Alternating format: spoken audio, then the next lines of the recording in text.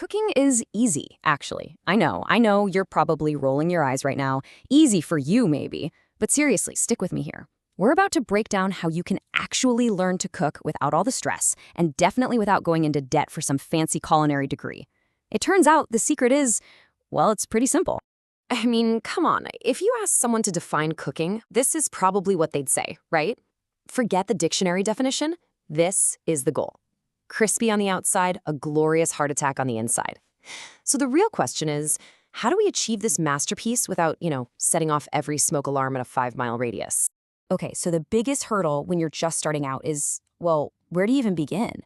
You've got your culinary schools, your fancy weekend cooking classes, your stacks of cookbooks, and they all have one thing in common. They cost a lot of money. And yeah, we are absolutely not doing that. No way. So that brings us to the big question, right? How in the world do you learn this super important life skill for free? Is it even possible? Well, the answer is yes, and it's actually way more straightforward than you might think. All right, let's get into the core of it. The entire philosophy here, the whole secret sauce, boils down to this super simple 2-step method. Seriously, just forget everything else you've heard for a second. If you can get this down, you're already halfway there. And here it is, super simple. Step 1, you watch other people cook. But, and this is the important part, you have to watch people who explain the why behind what they're doing. Then, step 2, you actually get in there and make the food yourself. And listen, here's the deal. You can't skip one. They are not optional. You got to do both. This is a perfect example of why you can't skip step 1. You miss out on stuff like this. The little things that keep you safe. Like, you might think a dull knife is safer, right? Less sharp, less danger. Nope. Watching someone who knows what they're doing teaches you the opposite. A sharp knife needs way less force, which means you're way less likely to, lose a finger.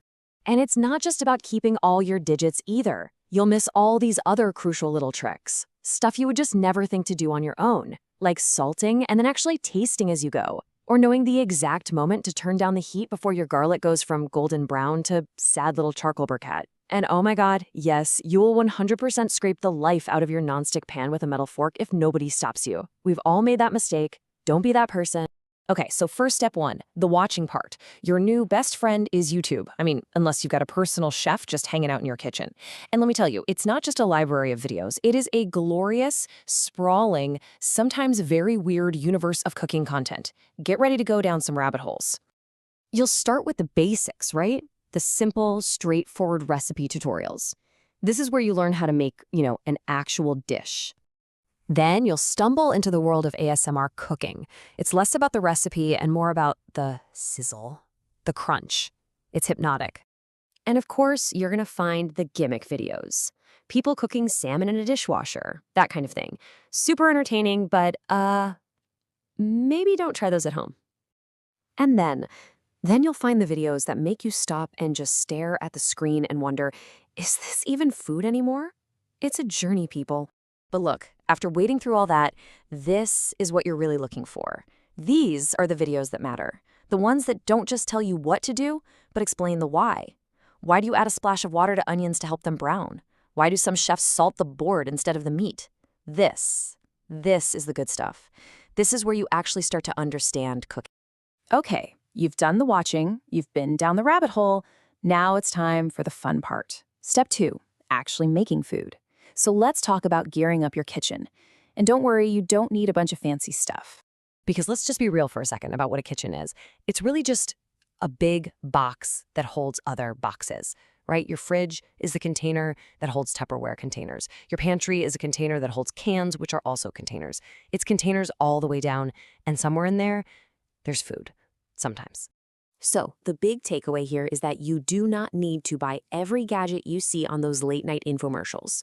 Just start with the basics. Get yourself one good sharp knife. And I'm going to say it again, a sharp knife is a safe knife, a nice big cutting board so you're not chasing your carrots off the edge, and just a few other key players. That's it. This is your whole starting team.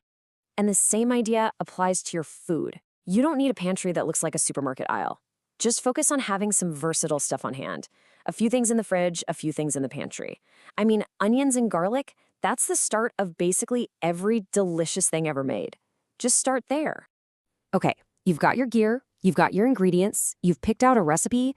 Now for what feels like the scariest part, actually reading and following it, but I'm gonna let you in on a little secret. It's more like a suggestion than a strict set of rules. Here's the trick. First, read the whole recipe all the way through. Don't touch anything, just read it. Then, mentally split the ingredients into two piles. On one side, you have the essentials. This is stuff that affects the chemistry, like flour in a cake. You gotta measure that stuff. But then there's everything else, the stuff for flavor, for texture. And for that stuff, just eyeball it. A teaspoon of paprika, a handful of herbs. Who's gonna stop you? It's your dinner. All right, so we've got the method, the gear, the recipes. We've covered a lot. But there are two secret ingredients that you will never, ever see listed on a recipe card. And they are by far the most important ones. And no, it's not a dash of love. The first secret ingredient is patience. We've all done this, right? You're waiting for water to boil, you get bored, and you crank the stove up to high to make it go faster.